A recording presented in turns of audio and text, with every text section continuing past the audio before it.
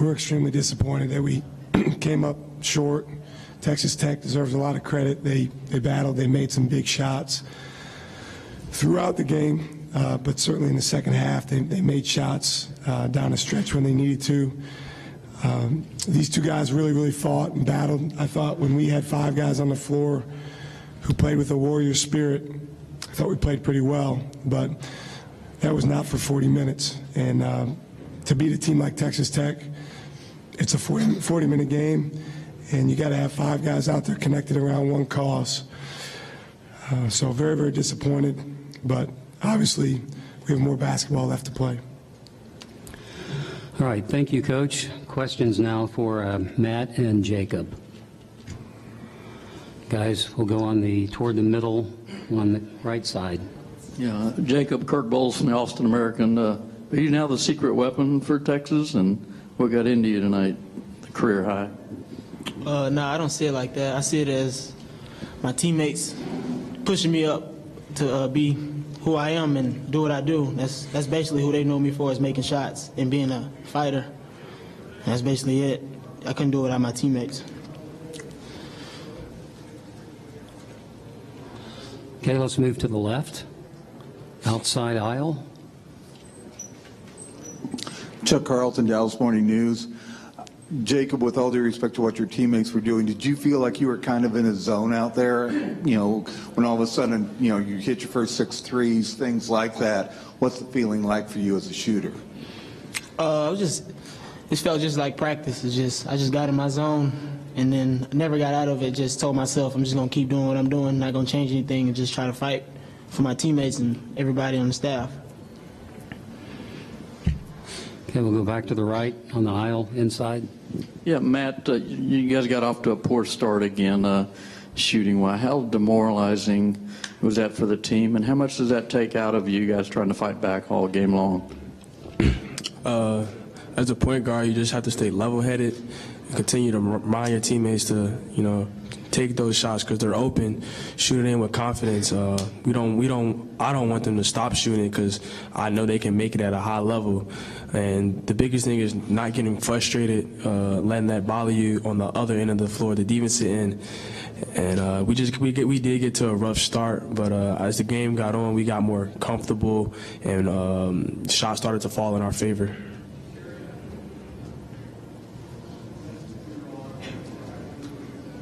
Anything else? Okay. Again, we'll follow up on the right. Matt, as far as the future, what do you feel like you guys took out of this game? You were looking at a sense of urgency and maybe in a play-in game, but after winning a game, do you guys feel like you got what you came for? Not at all. We left a lot on the table. Coming into Kansas City, it was a tournament we think we could win. So I felt like we came up short. Our focus was Big 12 championship.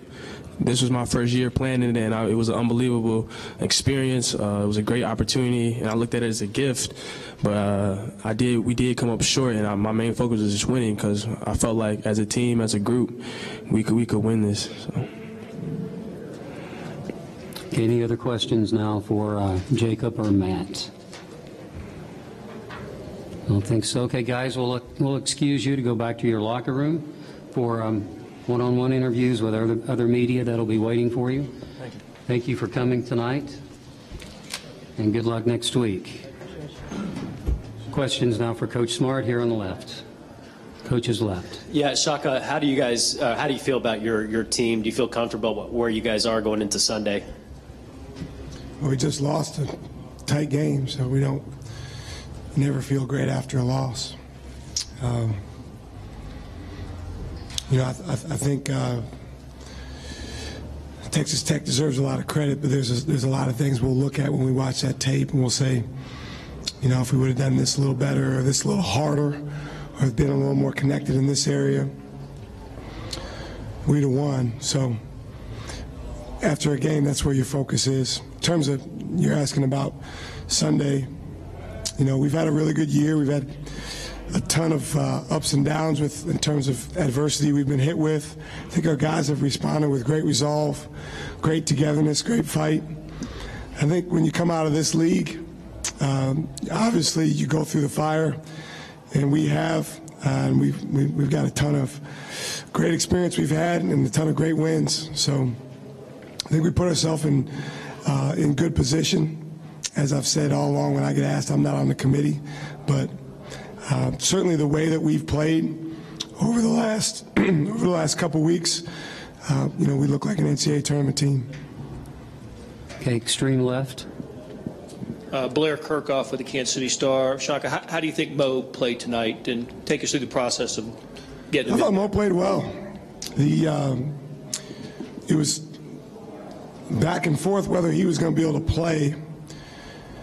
And then he went through a workout today. It went pretty well. So the trainer, our athletic trainer, told me he could play 10 minutes. So, it's tough as a coach because 10 minutes, it's a 40-minute game. He's a really good player. So we put him in the first half. He had 7 points in 7 minutes, I think 4 rebounds, played really well. Second half, we put him in again. He was helping our team. I thought he brought good spirit. But the athletic trainer said, maybe a couple more minutes, but that's about it, over 10. So he ended up playing 14. And I thought he played really well. Obviously, the way he played, we'd love to have him for 29, 30 minutes. But the sports med department at UT does a great job, and they decided that the best thing for him right now is to come in and play the minutes that he played. So hopefully he can grow from that and be able to play more next time. We'll stay here on the left side aisle. Chuck Carlton, Dallas Morning News.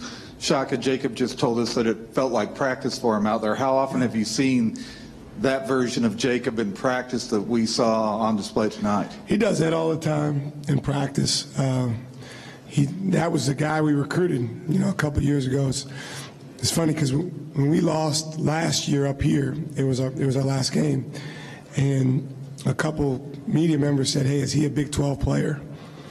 Because he had struggled his freshman year, and he was tonight. Pretty damn good Big 12 player tonight.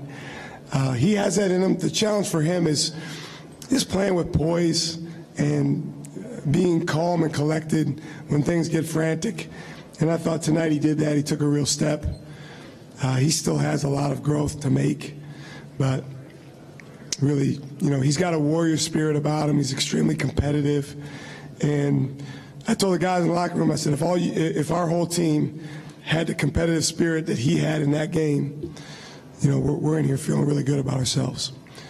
So pleased with that, effort from him, and hopefully something we can build on. Okay, in the middle here. Shaka Kirk Bowles from the Austin American. I think he had 4 stars with 10 points. And you mentioned if everybody else had played with the same competitive spirit. So the fact that you didn't play that well, but you were competitive, and what do you take from that? And do you feel like maybe Kerwin Roach kind of tired out a little bit? I got to get to the bottom of why he wasn't himself, because he wasn't. The reality for us, Kirk, is when we've played well, particularly since we lost Andrew, we've gotten contributions from pretty much everyone that goes out on the floor. They, haven't played perfect, but, the formula for us in the big wins we've had in the Big 12 has been, we've had really everyone go in and give us solid time. And, in some of our games, everyone's gone in and played really well. I mean, that's without sounding like it's oversimplified, that goes a long way towards your team playing well. And, tonight JY was terrific. Matt, I thought, was really good.